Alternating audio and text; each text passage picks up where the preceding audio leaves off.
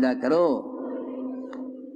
کہ ایمانی صفات میں سب سے بنیادی صفت تقوی ہے، سب سے بنیادی صفت تقوی ہے، اور تقوی پر اللہ تعالیٰ کے بڑے وعدے ہیں۔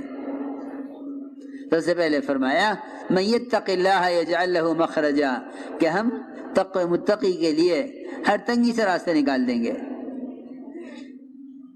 ہر تنگی سے راستہ نکال دیں گے تقوی پر۔ فرمایا من یتق اللہ یجعل لہ مخرجا، کہ ہم متقی کے لیے ہر تنگی سے راستہ نکال دیں گے، اور ہم وہاں سے اس کو رزق دیں گے جہاں اس کا گمان خیال بھی نہیں پہنچے گا۔ ایک وعدہ تقوی پر یہ ہے کہ ہم اس کو اسی جگہ سے رزق دیں گے جہاں اس کا گمان خیال بھی نہیں پہنچے گا۔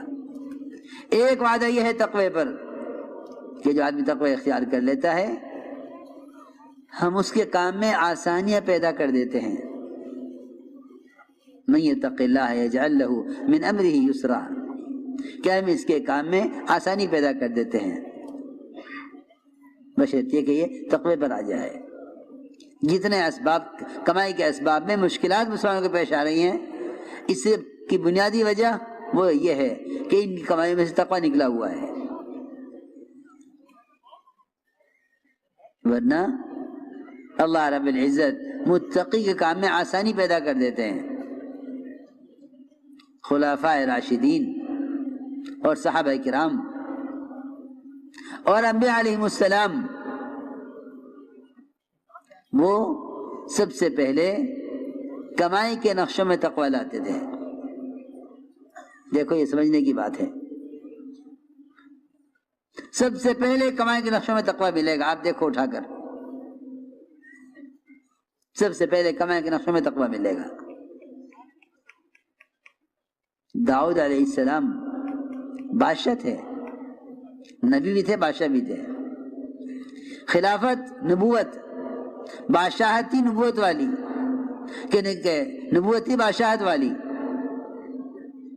وہ اپنا ذاتی خرچ بیت المال سے لیتے تھے، ذاتی خرچ بیت المال سے لیتے تھے۔ بادشاہ کا ملک، بادشاہ کا ملک، ذاتی خرچ کہاں سے لیں؟ کہ بیت المال سے۔ سنو غور سے بات،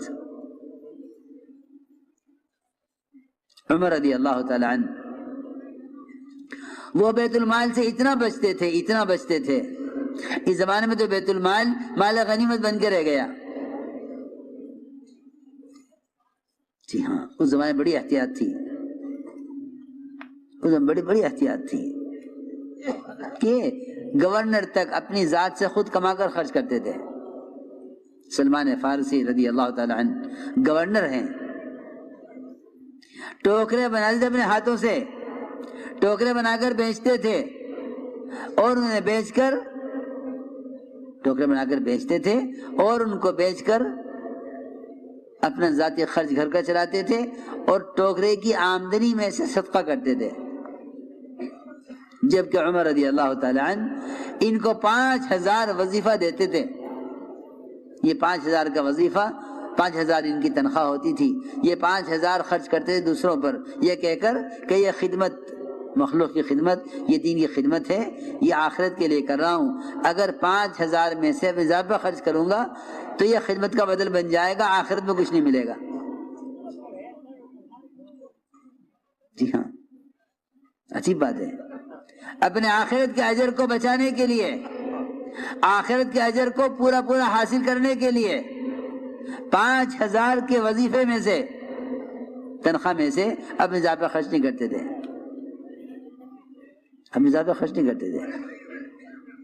بلکہ ٹوکرے بناتے تھے، ٹوکرے بنا کر بیچتے تھے، اس سے جو آمدنی ہوتی اس سے گھر کا خرچ، اس میں سے صدقہ، یہ معمول تھا سلمان فارسی رضی اللہ تعالیٰ عنہ کا۔ دھیان سے سنو بات، نیچے ہو کر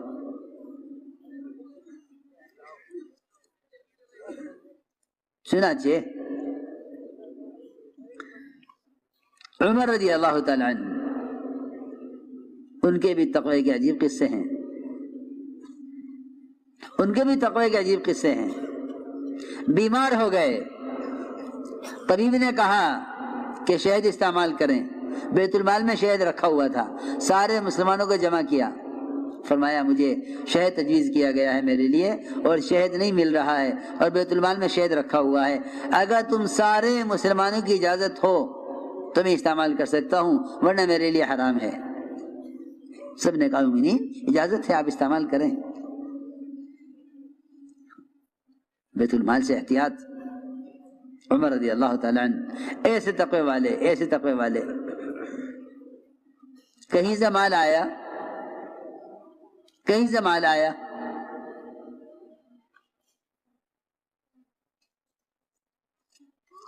اتنے میں ایک بچہ عبداللہ بن عمر کا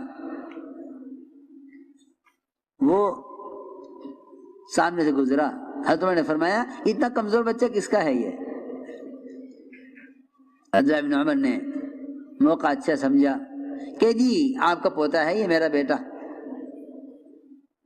اتنا کمزور کیوں ہے؟ کہ جی بس کمزور اس لیے ہے کہ جتنا مال آتا ہے آپ خرچ کر دیتے ہیں دوسروں پر، اپنے بچوں کو دیتے نہیں ہیں، اس لیے کمزور ہے۔ حضرت عمر نے فرمایا اے عبداللہ بن عمر اس دھوکے میں مت رہنا کہ باپ امیر المومنین ہے، جو مال آئے گا تمہیں خرچ کر دے گا، اس دھوکے میں مت رہنا، خود کما کر خرچ کرو، خود کما کر خرچ کرو۔ چنانچہ کیا کمائیں؟ ادھر فکر ہوا کمانے کا، فکر ہوا کمانے کا۔